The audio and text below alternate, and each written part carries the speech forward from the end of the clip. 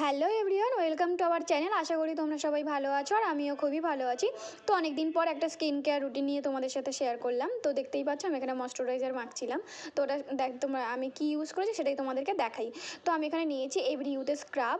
তোমরা যে কোনো মানে যেসব জিনিস সাজের জিনিসের দোকানগুলো, কসমেটিকের দোকানগুলো তোমরা পেয়ে যাবে এটা।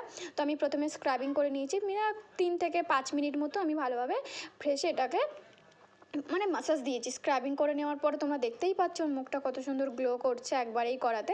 তারপর সেকেন্ড বারে করছি এভরি ইউথের ফেস মাস্ক।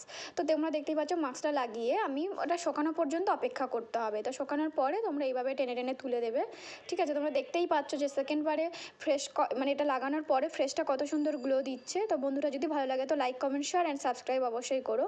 এবারে 3 নম্বরে দেখতেই পাচ্ছ আমি ওই একই এভরি ইউথের ফেস প্যাক লাগিয়েছি।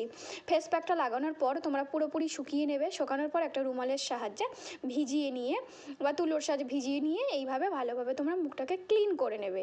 তো বন্ধুরা যদি ভালো লাগে লাইক, কমেন্ট, শেয়ার করো অ্যান্ড সাবস্ক্রাইব করতে ভুলো না। তো দেখতেই পাচ্ছ আমার কত সুন্দর স্কিনটা গ্লো দিচ্ছে। এই শীতে করলে তোমাদের স্কিনটা খুবই ভালো হবে। তো তোমরা তোমাদের পছন্দ মতন ময়শ্চারাইজার ইউজ করে নেবে। আমি এখানে ল্যাকমি পিচ মিল্কের ময়শ্চারাইজার ইউজ করেছি।